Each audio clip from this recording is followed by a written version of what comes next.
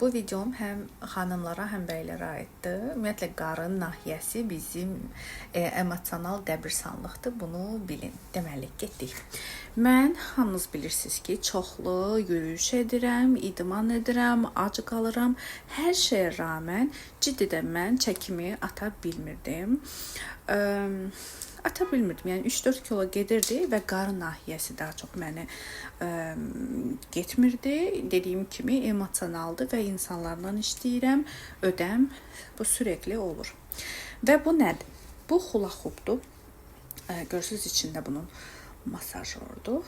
Və bunu mən artıq 4 gündür, 5 gündür ki, 2 gün 1 saat etmişəm.